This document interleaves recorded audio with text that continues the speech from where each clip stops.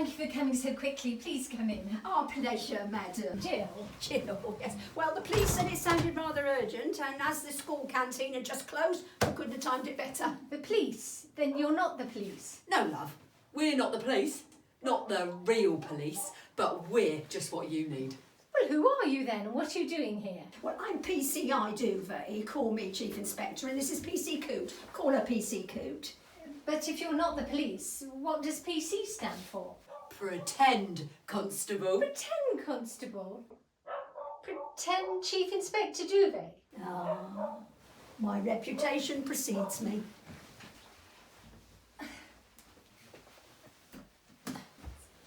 We are from Acting for Television Detection, Affidavit. We are an educational establishment teaching actors how to perform in British TV crime-solving dramas. Well, that's ludicrous. Oh, thank you. Hold on. Why don't you call yourselves Detective Acting for Television? That scans better. Couldn't do that, sir. That would be daft. I suggest you show us the crime scene. Oh, the theft was from here, was it? Yes. The Mukkinese battle horn. Yes, how did you know? You told the police, sir, madam, and the police told us. But why did they tell you? I should have thought that was obvious, Jill. The Mukkinese battle horn was a prop.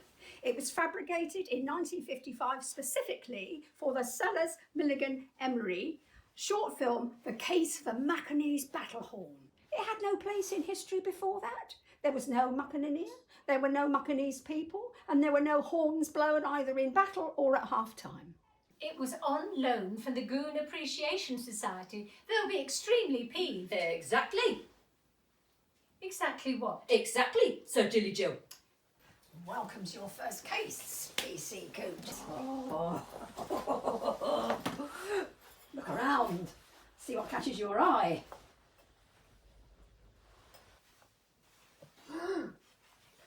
This looks like a clue. In what way is a photograph of the goons wearing short trousers a clue? I'm not sure, but in a later moment during this case I might say, do you remember in the goon's photo there was a man wearing short trousers and there was something strange about his knees? Well, which man? That chap there. But that's the Welsh Kenyan singer Harry Secombe, and there's nothing strange about his knees. That's a Labrador. No, Gov. About his knees, not about his knees. Around his knees? I mean his knees. Oh, well then say so, Coot. All this about and around nonsense. Yes, sir. Do you remember in the goon's photo there was a man wearing short trousers and something strange his knees? Take a sketch, Coot, in case I need. Need. Very good, sir.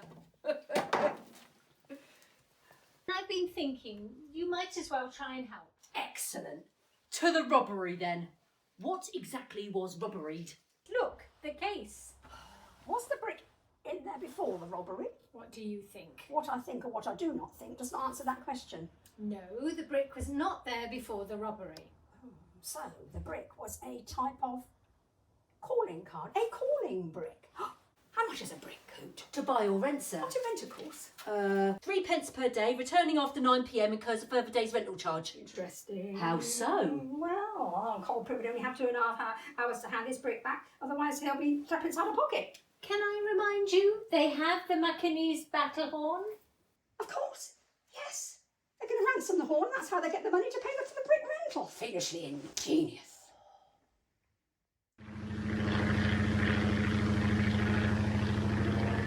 I came as soon as I heard. Heard what? The news. It's on the news? It may have been on the weather as well, but as I said, I came as soon as I heard the news. And who are you? Room rules. Norman room rules. You may have heard me land just now. Can't stay long. Colleagues on the apron. I was at the hangar servicing the old kite. And then I went home. Must have been around 11 p.m. Nobody saw me. Did we ask? No, but you were going to. That's my job. Got to fly, literally. See you soon. Pip pip. Who on earth? Worry about Norman, Jill. We use him a lot. He runs a squadron of red herrings, bulks up the storyline, complicates things, ratchets up the tension coming up to the ad break.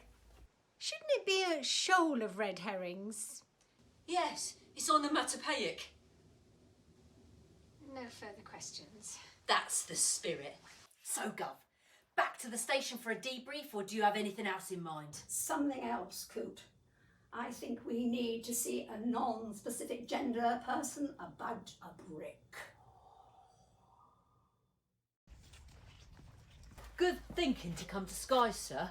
I'm sure Jerry won't get a whiff of officialdom from this get-up.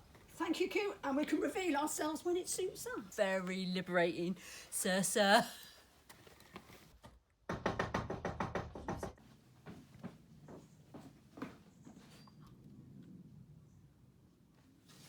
My name is Jerry Quixote. I was out at the bingo. I had a line, but I missed the house by 12. And then after I got home around 11:15 after celebrating with a magazine down the Legion. Lots of people saw me. Did we ask? No, but it's in my contract. What happened to your fourth wall? You just broke it. You're sweating, Jerry. You can call me Mr. Sweating Jerry. Thank you. We will. So, Mr. Sweating Jerry, we're interested in renting a brick reddish brown standard frog 2 nights. We rent for a minimum of 3 nights. Let me check. No, I have none of those in stock at present. May I interest you in the Gerard Depardieu? He's 6 nights for price of 5. Sorry, Mr. Sweats. Reddish brown, standard frog, 2 nights. I have one on short-term rental. It is due back day after tomorrow. Can you come back in a couple days? We have our man. We'd like to borrow your rental book, please. Minimum 3 nights. Want us to rent it? Outside the door, sir, you will see this is a rental shop. Yeah. What is your rate, my man? 5 shillings and 6pence per night, or in old money, 2 piglets and a bushel of sweet peas. Minimum 3 nights. They must have had huge trouser pockets in the olden days, sir. Thank you. I shall need it back day after tomorrow. Not a problem, Mr. Sweating Jerry. We'll be here. I bid you good afternoon. And I bid you good afternoon and good evening. Your bid, sir? That's your trick, PC Coot.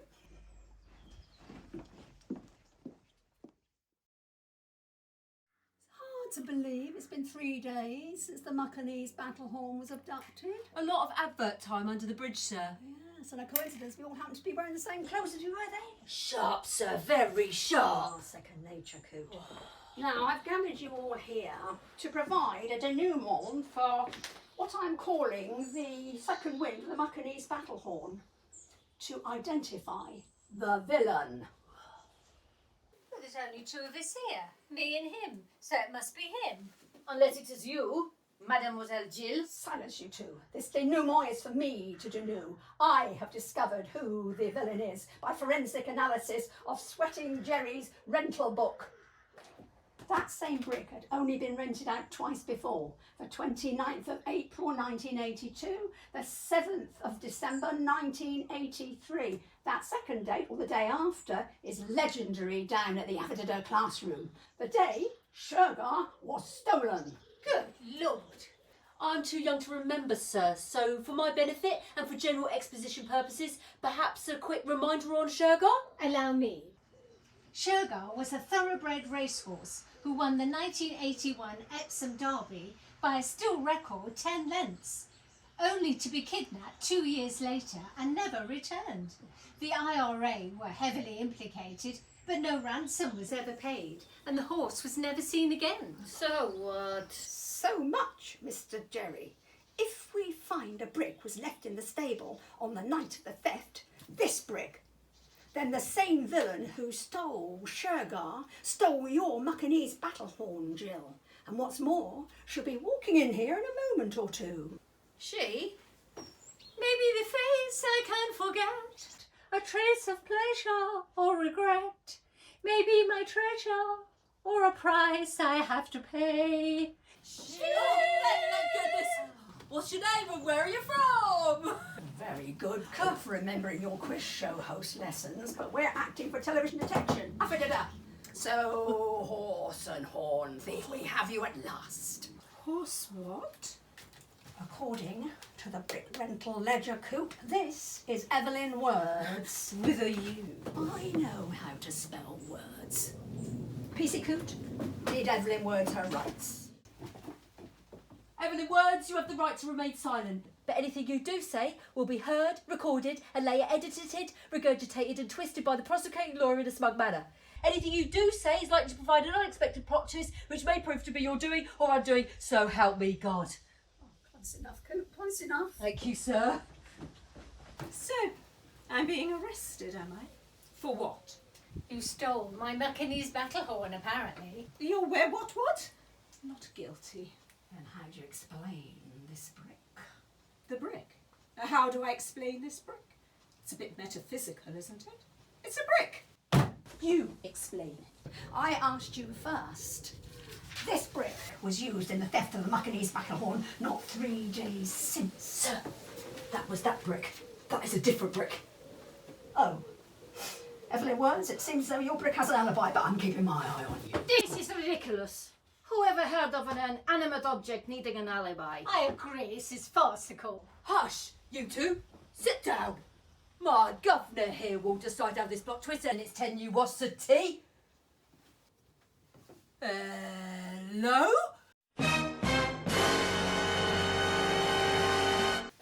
His knees. His knees. I didn't hear him. Gesundheit. No, your honourableness. His knees.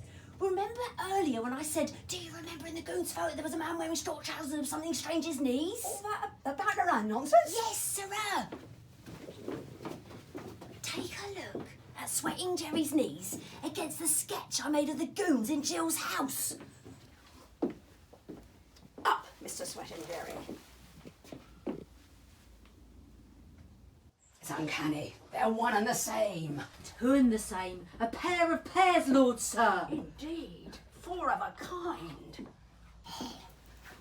There's no mistaking it, Sweating Jerry. Your knees are a direct match with the Welsh Kenyan singer Harry Succombi, proving you are directly related and therefore incredibly likely of being guilty of perpetrating the crimes I have been solving for the last 13 or so minutes. It's Seacombe, not Succombi. But carry on. Milligan, Sellers and Seacombe the goons. Milligan, Sellers and Emery the case of the Mukkinese battle horn. I put it to you that Seacombe was jealous of being excluded from the film and his descendants have attempted to gain retribution by kidnapping the major prop from it. Jill, Evelyn, prepare your knees for inspection.